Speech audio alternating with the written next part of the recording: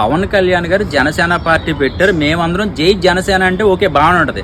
వేరే పార్టీ వాళ్ళు వాళ్ళ కోసం మాట్లాడకుండా మీటింగుల్లో ఫ్లోలో వచ్చేస్తున్నట్టు ఉంది. జై జనసేన అనేస్తున్నారు, ఓకే ఓకే ఓకే అని మళ్ళీ కవర్ చేసుకుంటున్నారు. అంటే కళ్ళలో కూడా వచ్చేస్తున్నారు. వేరే పార్టీ వాళ్ళు వాళ్ళ పార్టీలు గుర్తుండట్లేదు కానీ జనసేన పార్టీ ఒక్కటే గుర్తుంటుందంటే ఓకే అర్థమైంది, విజయం మందే అని. విజయం మందే, గుర్తు పెట్టుకోండి బాగా. ఒకటే చెప్తున్నా, మన నామినేషన్కి 10 మంది నామినీ సంతకాలు కావాలంటే 70,000 మంది జన సైనికులు వచ్చారు. అంటే మహిళలు ఎంతమంది ఉన్నారు?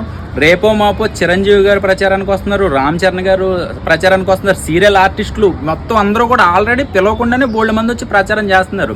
ఒక్కటే మొత్తుకుంటున్నారు పవన్ కళ్యాణ్ గారు, మీరు గుడ్డలు ఇలా చింపుకొని చొక్కాలు తిప్పుకుంటా మీరు అరవడం కాదు, రేపొద్దున ఓటేసి నన్ను గెలిపించండి అర్థించుకుంటున్నారు.